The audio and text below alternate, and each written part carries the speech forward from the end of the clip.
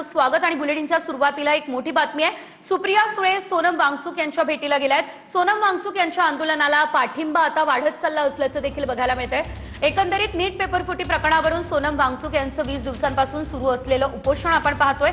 केंद्रीय शिक्षण मंत्री धर्मेंद्र प्रधान यांच्या राजीनाम्याची मागणी या ठिकाणी केली जाते। या संदर्भात अधिकचे अपडेट आमचे प्रतिनिधी प्रमोद जगताप यांच्याकडून घेऊयात। प्रमोद, आपण पाहतोय आता सुप्रिया सुळे देखील जंतर मंतरवरती दाखल झालेल्या आहेत। उद्या अमित ठाकरे देखील जंतर मंतरवर जाणार आहेत। एकंदरीत सुरू असलेल्या या सीजेपीच्या प्रोटेस्टला, या आंदोलनाला पाठिंबा मोठ्या प्रमाणात वाढत चालल्याचं बघायला मिळतंय। काय अपडेट?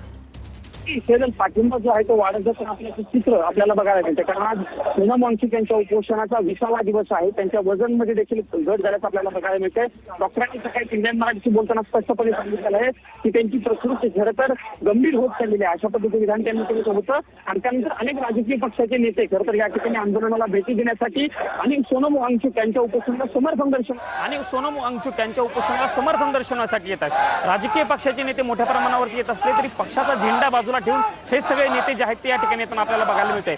सुप्रिया सुळे जे राष्ट्रवादी काँग्रेस पक्षाच्या खासदार आहेत, बारामती लोकसभा मतदारसंघाच्या, त्या देखील या ठिकाणी पोहोचलेल्या आहेत। आणि आपण दृश्यांच्या माध्यमातून बघू शकतोय की त्या सोनम वांगचुक यांच्याशी चर्चा करताना चित्र जे आहे ते आपल्याला बघायला मिळते। मंचावरती आपण बघू शकतो की हरियाणाचे माजी उपमुख्यमंत्री दुष्यंत चौटाला हे देखील या ठिकाणी आलेले आहेत। अभिजित दिपके जे कॉंग्रेस जनता पार्टीचे संस्थापक आहेत ते देखील या ठिकाणी आहेत। एकच प्रमुख मागणी सेजल या सगळ्यांची असल्याचं आपल्याला बघायला मिळते। ज्या पद्धतीनं नीटचा पेपर लीक झालेला होता त्यानंतर या आंदोलनाची खरं तर एक प्रकारे सुरुवात झालेली होती। आणि या सगळ्यांची प्रमुख मागणी हीच आहे की धर्मेंद्र प्रधान जे शिक्षण मंत्री आहेत त्यांनी राजीनामा दिला पाहिजे। ही प्रमुख मागणी जी आहे ती या सगळ्या आंदोलनकर्त्यांची असल्याचं आपल्याला बघायला मिळते। आणि पाठिंबा जो आहे तो आता या ठिकाणी वाढता या आंदोलनाला वाढताना आपल्याला या ठिकाणी बघायला मिळतोय। सेजल, खरं तर 2 दिवसांच्या नंतर पार्लमेंटचं सेशन सुरू होणार आहे।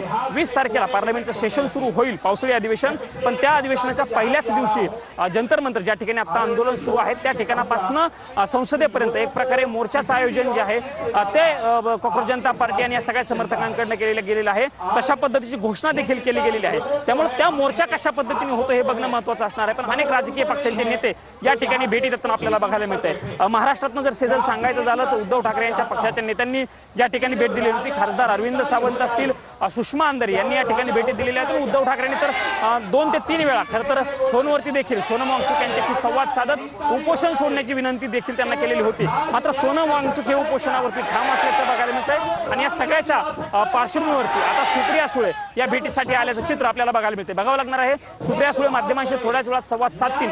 काय नेमकं त्यांच्याशी चर्चा सोनम वांगचुक यांच्याशी सुप्रिया सुळे यांनी केलेली आहे याबाबत थोड्याच वेळामध्ये त्यांच्याकडनं स्पष्टता दिली जाईल। मात्र आता या ठिकाणी वाढता पाठिंबा जंतर मंतर या ठिकाणी असलेल्या उपोषणाला सोनम वांगचुक यांच्या आपल्याला मोठ्या प्रमाणावरती राजकीय नेत्यांसह वेगवेगळ्या क्षेत्रातील व्यक्तींचा वाढता पाठिंबा या ठिकाणी आपल्याला बघायला मिळतो। सेजल, अगदीच आपण पाहू शकतो या ठिकाणी हा पाठिंबा वाढत चाललेला आहे। धन्यवाद प्रमोद दिलेल्या सर्व सविस्तर अपडेटसाठी। सुप्रिया सुळे सोनम वांगचुक यांची भेट घेण्यासाठी जंतर मंतरवर दाखल झालेले आहेत। आणि एकंदरीत 20 दिवसांपासून वांगचुक यांचं सुरू असलेलं हे उपोषण आपण या ठिकाणी बघतोय।